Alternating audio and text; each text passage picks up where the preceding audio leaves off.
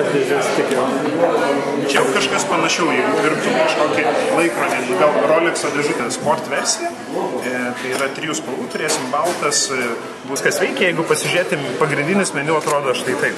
Tai yra visos ikonėlės, kurias jūs matote, tai šį rytį iš oro uosto tiesiai keliavo į čia. Šis beje galim suvesti, tai kaip pavyzdys. Ačiū. Ir testavimą didinimą.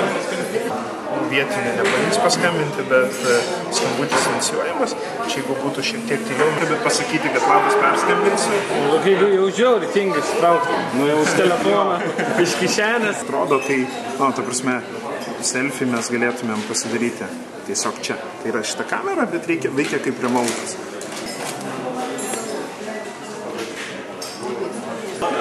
Iš tiesų, aš kiek žinau, jūs kas norėsit, galėsit bandyti, šitą įrenginį, tai bet bendra tokia... Galvau, čia bus jau naršyklė, žinai jau. Iš tiesų yra tam tikras neekspert, žiūrint. Ar taip internetą? Ja, panašiai. Ir atsidarai Delfį, žinai, nieko nesumato.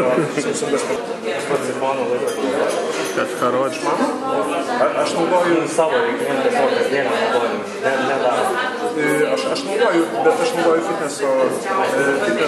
Viskas skaito žmonės tuos. Kas Apple myli, tai perskaito. Normalų laikrodį. Nepaisant, kad žingsniais matuoti, tai čia gali bet kuris nusprendti, bet šituo kampu įdomi. Yra automatinis pulsas. Gali susikurti. Jo, čia palaikius ilgiau turėtų išmesti customizinimą. Čia į kalendorą nubėgo. Grįžti gal. Ir tas su Mickey Mouse jau. Jo, taip.